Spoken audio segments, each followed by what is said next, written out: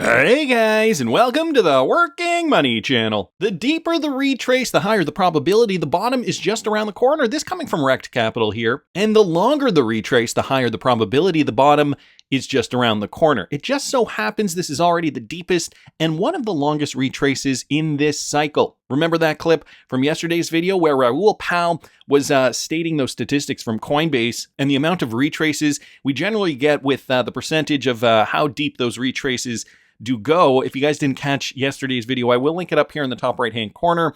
And guys, this is one of the biggest so far, at least. And, we are just over halfway through this cycle. So 7 bars, 49 days as per this chart here. This is obviously the weekly chart. But this was yesterday. And as you guys can see, Bitcoin has rebounded now, specifically over yesterday. You can see that big green candlestick there. Very, very tall green candlestick. We did see this rebound here. So Bitcoin got out of this level, and now we're actually seeing some higher highs, at least on the micro time frame. Right now, as of the time of this recording, one Bitcoin is going for just shy of $64,000. So that's positive news, right? Remember, last time we did see 64,000. Well, we've seen it quite a few times, but the first time we got to 64,000 was way back in here in early March. So, guys, it hasn't been that long since we saw all-time high. Let's not forget that. And let's not forget all of February, all of January, we were below the levels that we are at today. So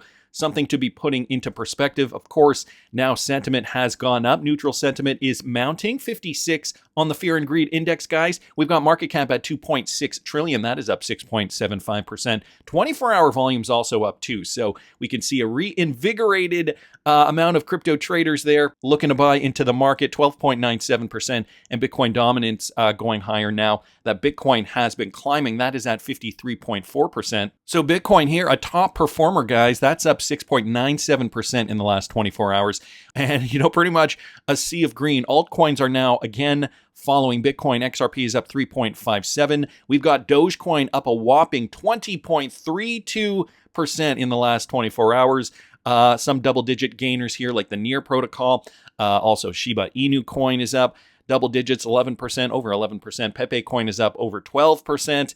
STX is up over 17%. So we've got quite a few cryptocurrencies here that are really taking advantage of this Bitcoin pump. So, this is the next leg of this crypto bull run. Getting excited to see Bitcoin moving higher. And even for us XRP hodlers, we're seeing XRP reigniting up to 53.6 right now as of the time of this recording. So a far cry from under 50 cents per coin. Remember, guys, it did dip down to 42 cents back on April the 13th. So not that long ago. Let's keep everything in perspective here. So also taking a look at Radar Hits' tweet, Grayscale Bitcoin ETF just had $63 million in inflows for the first time since launching on January the 11th. So Radar also noticing that we are now seeing positive inflows yet again for the Bitcoin Grayscale ETFs.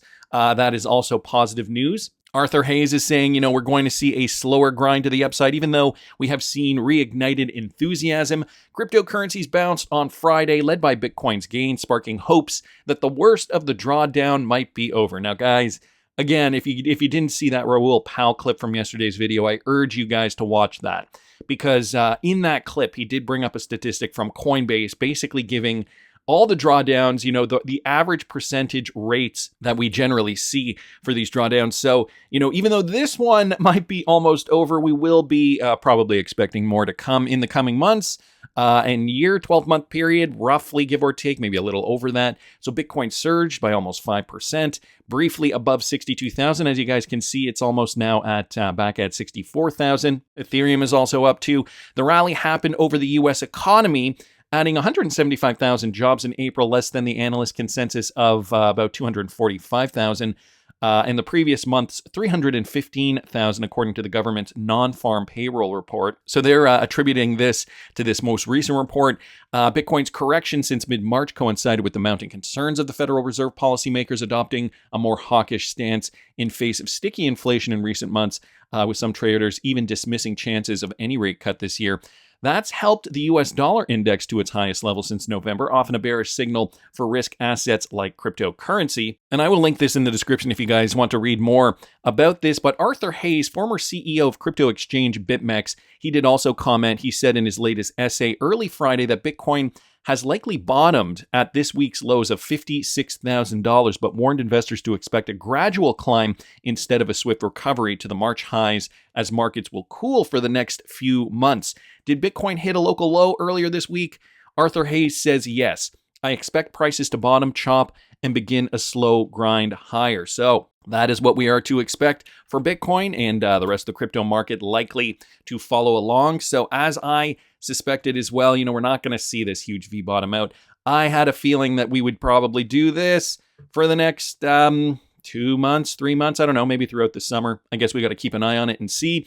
Luckily, XRP has achieved a new milestone of 5.2 million active wallets. This one courtesy of XRP Crypto Wolf. Santiment now, guys, has highlighted growth in non-empty XRP wallets. In a tweet, Santiment compares the growth of non-empty wallets among top market caps in the past 6 months, presenting a net change in this metric within the specific time frame. So what they have noticed, guys, sorted by greatest growth in the past 6 months, here's a net change of non-empty wallets among top market caps in crypto. Apologies to Binance Coin and Solana, not pictured in the study. So what they have noticed here, let me click on that tweet for you guys here. Toncoin with a 110% growth, Dogecoin 27 up, USDT, which is interesting, up 23%, USDC coin. So these are two stable coins. That is up 16%. Ethereum's up 11, Bitcoin is up 10, and XRP, guys, up 7%. Chainlink up 6. Cardano remaining fairly even Steven, 0% growth. So we are seeing, a lot of these cryptocurrencies being accumulated. Toncoin's another one of those interesting cryptocurrencies that I have noticed over the last few months. If you guys want to see a full list of my cryptos this bull run, you can find that out at patreon.com/workingmoneychannel. It is only $5 a month. I wanted to be able to let you guys in on my trading journey this time around. So you're going to be seeing me push that buy button and eventually push that sell button once we do get to my projected target. So that is at patreon.com/workingmoneychannel. And again, I wanted to keep it affordable for you guys so you could follow me throughout the entire bull cycle. And, this bull cycle getting very, very interesting. I got to say, a lot of these cryptocurrencies, well, some of them I've noticed were doing fairly well. And in the $10,000 plus portfolio, which is now creeping above, actually it is above now $15,000 that I have invested of my own money into this portfolio for the Patreon specifically. A lot of the cryptocurrencies that I have purchased are doing fairly well for various reasons, but you can only spread yourself so thin. And there are so many cryptocurrencies there that are doing quite well. Anyway, not going to go on too much more about that. Michael Branch here, bringing this up too. So the overall picture, guys, looking very bullish. Now, pension plans are exploring a $5 trillion opportunity in crypto. This study coming from heavyweight Fidelity, they're saying this, as per the latest report from Fidelity Digital Assets, pension plans have started warming up to the idea of seeking investment exposure into crypto assets during an event held in London. Vice President at Fidelity Digital Assets, he did remark that defined benefit plans and other pension funds are in the initial stages of discussing crypto assets with their investment committees. So they're also looking towards cryptocurrency as that hedge, I guess, against broader market sectors. Here's a quote. Now we're starting to have conversations with the larger real money institution investor types, and we're getting some of those clients as well as corporates and so on. Fidelity Digital Assets conducted a survey with the broader market, which showed that 80% of high net worth individuals have a positive view now on crypto compared to 23% of pension plans. Moreover, 48% of those individuals have invested in digital assets, while only 7% of pension plans have invested in crypto. So telling statistic here, pension plans really do have to look at the broader picture, the mega zoom out, right? Because they are securing profits for, in some cases, 10, 20, 30, 40, 50 years down the road for their clients. So, the pension plan mentality, I think, is slow growth over a long period of time. So I can see why they're a little apprehensive about cryptocurrency. However, this new emerging digital asset class, this is something that you don't want to miss the boat on, especially if you don't have, pension plans and high net worth individuals. They are one segment of the population. They just want to get richer. Well, I mean, the high net worth individuals are more of that mindset. The pension plans want a steady growth, but a secured, almost guaranteed growth. But guys, for you and I, retail traders, this is a once in a lifetime opportunity. Cryptocurrency can literally change your life. So, if pension plans are now getting serious about this, I think that bodes well for us. Going to keep moving along. Wanted to thank Michael Branch for posting that. But this is what we're up against. Okay, Peter Schiff has achieved a new level of cope. He's now claiming Bitcoin is a failure because of, guess what? Had all these coins that failed, and you say Bitcoin's a success. All it's succeeded in doing is going up in price. And so people who bought it on paper, who have a profit, but most of these hodlers. Let me finish my point. Most of the hodlers who are holding on to Bitcoin, you got people that have a bunch of money in Bitcoin, but they still live with their parents. Because they don't want to spend their Bitcoin because they think it's going to just keep going up. Peter, but eventually, eventually the people who have Bitcoin, they're going to want to buy things. And in order to buy things, they have to sell their Bitcoin because all the people that have the merchandise that they want aren't accepting Bitcoin. They need to convert it to real money. The people who bought these Bitcoin ETFs, they're going to want to take a profit.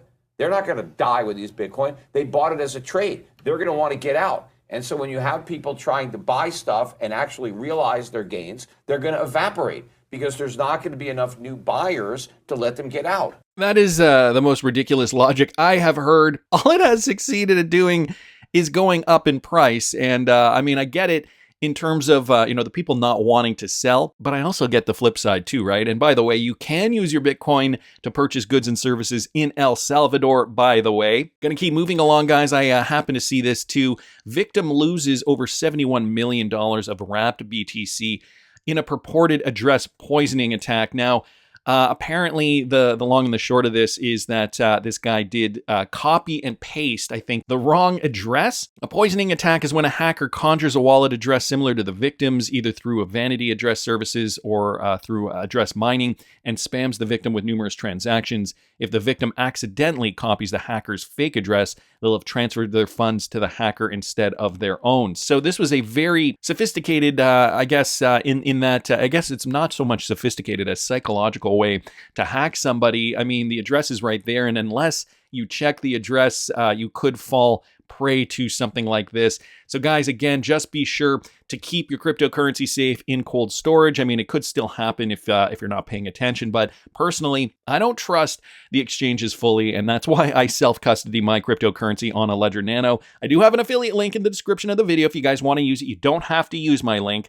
but I do want to make this very, very clear. So long as you do the right things and download the updates from the right website and are purchasing from the proper website, you have the least amount of chances of getting hacked on a cold wallet storage solution. Now, I know there have been issues with certain cold wallet providers, but that is because people have downloaded third-party apps that weren't authentic, and therefore they did get hacked. So if you do get hacked, Darren Moore here with a nice public service announcement.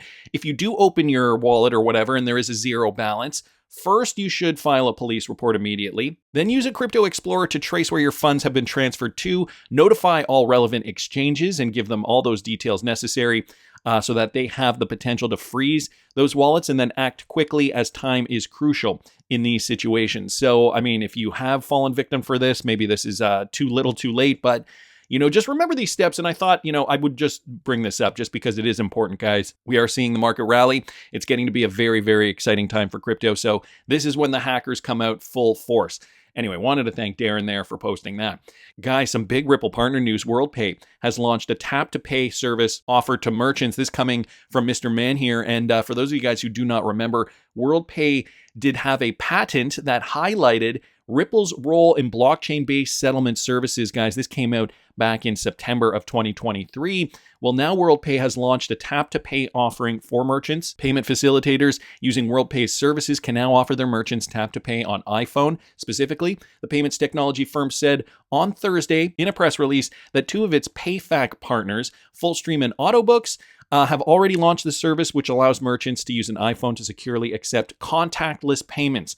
And guys, here is a quote. Many businesses are mobile, and if we can utilize existing business tools like iPhone, As the untethered POS acceptance device, we are making their lives easier. This coming from Michael Lawler, CEO at Fullstream. With Tap to Pay on iPhone, those businesses can capitalize on the powerful technology already in the device that's likely in their pocket. Fullstream's integration with WorldPay has made it easier to offer these types of services for their clients and customers. And PayFac partners that want to offer Tap to Pay on iPhone can work with WorldPay to integrate this Try POS mobile toolkit on their phone. So guys, basically, everybody has a smartphone and a lot of people have iPhone. So you got to think, why create a brand new technology when you can just leverage the technology that, most business owners already possess? So you use the iPhone, you leverage the power of that. It's already connected to the internet, and just create a point of sale service there through a recognized provider. And this is WorldPay, guys, leveraging XRPL technology. Of course, they do have a patent that did highlight Ripple's role in their technology there. And again, I will link this in the description of the video if you want to know more about this. But I thought this was great news here. Wanted to thank Mr. Man for posting that. Some more news from Mr. Man too.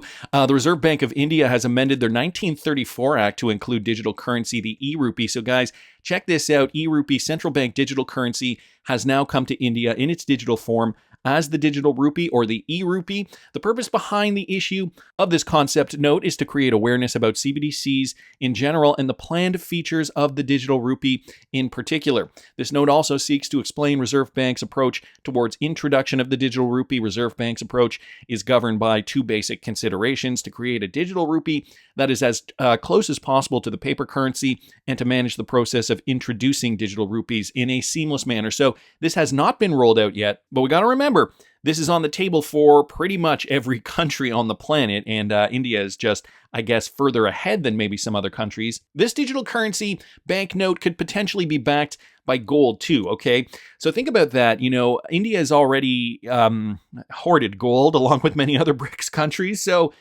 if we do see, this ultimate collapse, and we're pretty much at a precipice of this, this big cataclysmic event that could, take down so much of, the current financial system. Well, I think the powers that be, they want to have CBDCs in place. They want to get people on CBDCs before this happens so that, all this can be rolled out seamlessly. Also, remember too, as Mr. Man does point out here, Ripple and Stellar are both partners of these Indian banks. Ripple has a partnership too with Kotak Mahindra, which they did forge back in 2018. So both these companies also do CBDC work with, or have worked on CBDC projects with other countries around the world. So that's also another interesting, important thing I think to note here. So India, guys, forging ahead with their CBDC project and rolling out what looks to be, their test now, a real world test of the e-rupee in Indian society. So again, wanted to thank Mr. Man for posting that. Oh gee, here he is. Michael Saylor has just labeled Ethereum, XRP, and ADA, crypto securities. It's courtesy of Bank XRP here. Now, I'm sure you guys probably saw this clip that I'm about to show you guys. MicroStrategy founder and chairman Michael Saylor has taken a jab at many cryptocurrencies. We know he is a Bitcoin maximalist, so it's kind of par for the course for this guy. He said that when the spot Ethereum ETF is denied, it will also be clear to everyone that Ethereum is not a commodity. And by extension, he called out Binance Coin, Solana, and XRP of all currencies, and ADA, guys. Listen to this. And when Ethereum is not going to be approved, sometime this summer, it'll be very clear to everyone that Ethereum is deemed a crypto asset security, not a commodity. After that, you're going to see that Ethereum, BNB, Solana, Ripple, Cardano, everything down the stack is just a crypto asset security unregistered.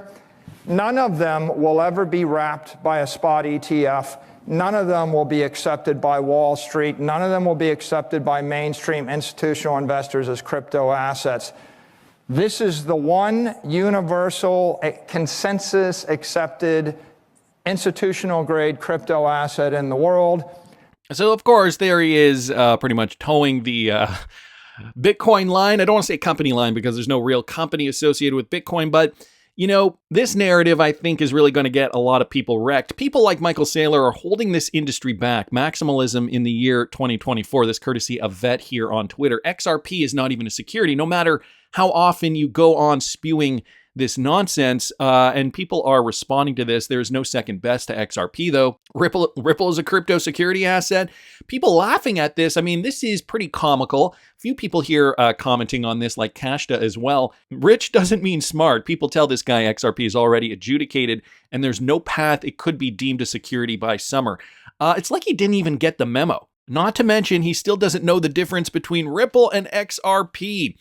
Correct. Most Bitcoin maxis will tell you XRP is centralized, a security, and is proof of stake. Most BTC maxis, well, 99.99% are straight oxygen thieves. I don't get this guy, and I'm sure probably a lot of you guys are questioning this too, even Jeremy Hogan. There is almost nothing I am more certain of than that Ripple will not be deemed a crypto asset security unregistered this summer. Sorry for the double negative, he says. It doesn't seem improper in responding to this video. Funny little guy, says digital asset dude. First of all, there's no such thing as a digital asset security. Second of all, XRP in and of itself is not a security and is the only digital asset that has regulatory clarity. Let's not forget that. XRP and Bitcoin in the United States already have that regulatory clarity. So what's this guy going on about? I mean, really, what's this guy going on about? So I wanted to thank Jeremy Hogan, of course, Kashta, and Vet. Finally, the crypto philosopher here on Twitter saying, meanwhile, Ripple CEO Brad Garlinghouse said Bitcoin is going to be like Napster, aka Apple Music, but not legal. That's what Bitcoin is going to be. That's why regulations is such an important role for Ripple, and they've been on the regulator side since the beginning because they know they'll have the final say on who stays around and who does not. XRP is the next Bitcoin. And, I've got to say, the prices being as suppressed as they are, I feel like maybe this is a test. Maybe this is to see who is really doing the research and who is just following the pumps, the trends, the hype, who's not actually paying attention to what's coming down the pike. I mean, again, are we crazy to be in the XRP community for this long and not see these gains, or do we just know too much and are unwilling to relinquish this opportunity, basically hodling our XRP for the long term? Of course, I probably should say that XRP Las Vegas is also going on right now. There was a Aquarium billboard spotted over there in Las Vegas, for those of you guys who did not catch that. And here's the lineup here. XRPL headquarters. This is the line for XRP Las Vegas 2024. A lot of people in attendance. And apparently from the event, the ISO GOAT reporting this, guys, from the XRP Las Vegas event. The Uphold CEO just said soon you will be able to earn a yield on your XRP. I'm guessing everyone thinks they want to lock up a 50-cent digital asset to earn yield. I don't know. These are the rumors that are coming out. But I do have an official, I think digital asset investor here could be considered an official source for this. The Uphold CEO just said, soon you will be able to earn yield on your XRP. So sounds like that's also coming down the pike, guys. This market is heating up. I can't wait till we see XRP go to the moon. That's just my opinion, but I want to hear what you guys think. Please subscribe to the channel if you haven't already. Like the video if you like the content I'm providing. I always love hearing your comments. See you in the next one, guys.